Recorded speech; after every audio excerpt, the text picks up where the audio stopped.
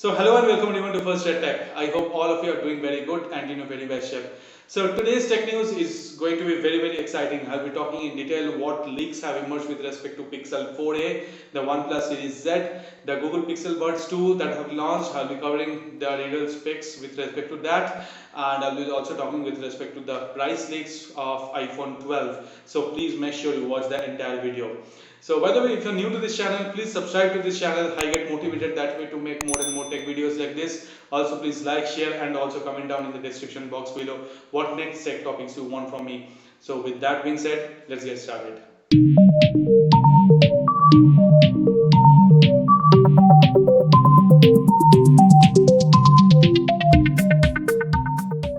So Apple has released their iPhone SE 2020 at a price tag of $399 and Google wants to play in that space with their contender Pixel 4a.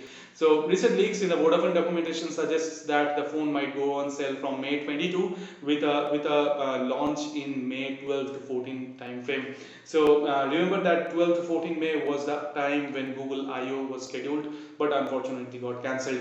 So Google may release the phone or may launch the phone at 12 to 14 May and it may go on sale during the May 22 time frame. So we have seen a plethora of leaks with respect to Pixel 4a at its high time that Google launches its product at an exciting price tag. So in the specification department, the Pixel 4a will sport a display of 5.8-inch Full HD OLED panel with a refresh rate of 60 Hz. There will be a single sensor at the back, and the sensor will be 12.2 megapixel sensor. We have seen the same sensor before. It does its job very good. There will be fingerprint sensor at the back also with no support of Face ID. So remember, there won't be any Face ID, and there will be a single camera in the front with a punch hole display. In the processor department, it might launch with Snapdragon 730, although there is possibility to sport a Snapdragon 765G also. And please remember that Snapdragon 765G is inbuilt 5G. So if it at all comes with Snapdragon 765G, it will be the first from Google who will be sporting 5G, and it will be the one of the cheapest from them as well. So it will be great news if it comes with Snapdragon 765G. All the chances are not that great. In the battery department, it is rumored to be coming at a battery of 3080 mAh with 18-watt fast charging support. So ultimately, it boils down between Apple and Google in the $399 price market. One side you will have the SE and another side you will have the 4a. So in the SE you will get the latest and greatest specs, while the 4a will give you the updated design. So just let me know in the comment section what phone you will go for at the end. So ultimately, preference also will point down to the iOS and the Android. So just let me know what you prefer. So the OnePlus 8 or the OnePlus 8 Lite launch is imminent. I mean, if the rumors are believed to be true, it might launch as soon as July. So we were expecting the April 14th even that it would launch along with the OnePlus 8 and the OnePlus 8 Pro, but it did not. So apparently the July launch is scheduled as of today. So in the specs department, the OnePlus 8 will be sporting a Snapdragon 765G or a Dimensity 1000 processor. So both the processors are 5G capable, and this phone will be 5G enabled as well. So with respect to the display will be a flat display unlike the OnePlus 8 and the 8 Pro, and the refresh rate of the display will be 90 Hz. So it's a high refresh rate panel. With respect to the selfie camera, the exact position of the selfie camera will be in the center. The punch hole will be in the center, unlike the 8 and the 8 Pro. So if the rumors are believed to be true and the phone at all launches in July, so this phone will be the second attempt in the mid-range category from OnePlus after the OnePlus X. So back in 2019, Google first announced that they are working on a truly wireless earbuds, the Pixel Buds 2, and right now they're hitting the market.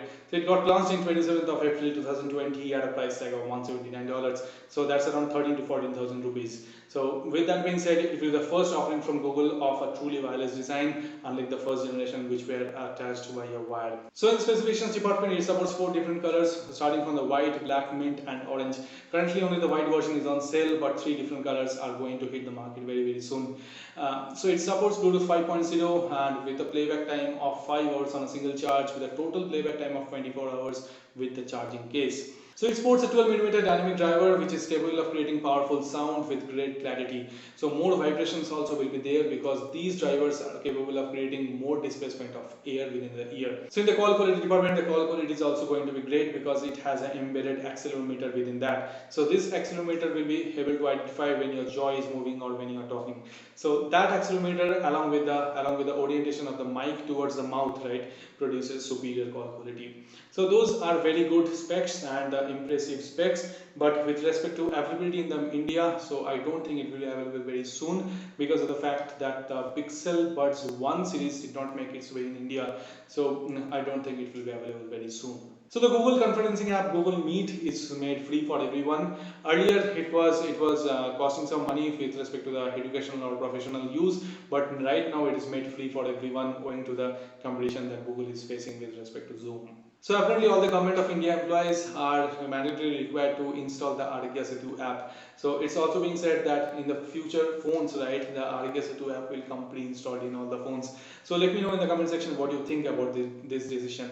So if the question comes to me, I think users should be given the freedom which app to install and which app to not. I mean, I know that it's an app which is very essential in this time, right? But installing the app in each and every phone which you are generating or which you are producing, right, is a little bit too much for me. So the Redmi K30 Pro 4G variant is getting listed as Poco F2 Pro in Indonesia. So according to the Mobile Certification Department of Indonesia, TKDN, it is getting listed as Poco F2 Pro. So when it comes to India, I'm not sure whether it will be called Poco F2 Pro because that's a 4G variant, but definitely the 5G variant will come to India for sure when Xiaomi releases this product. So it might be called Redmi K30 Pro only. So with respect to the iPhone 12's price, John Prosser have linked that the price of the iPhone 12 will be starting at a price tag of $549.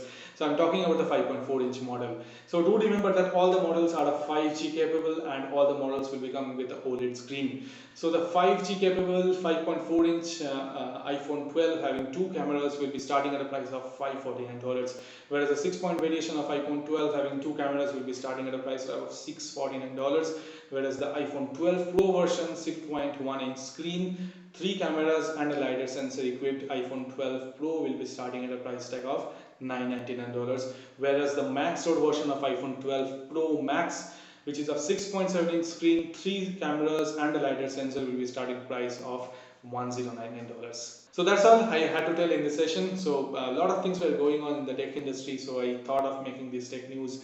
So please let me know in the comment section which phone actually you prefer in the $399 price bracket, Pixel 4a or iPhone SE. So that being said, please subscribe to this channel, like and share this video. Take care of you and your family. Bye bye.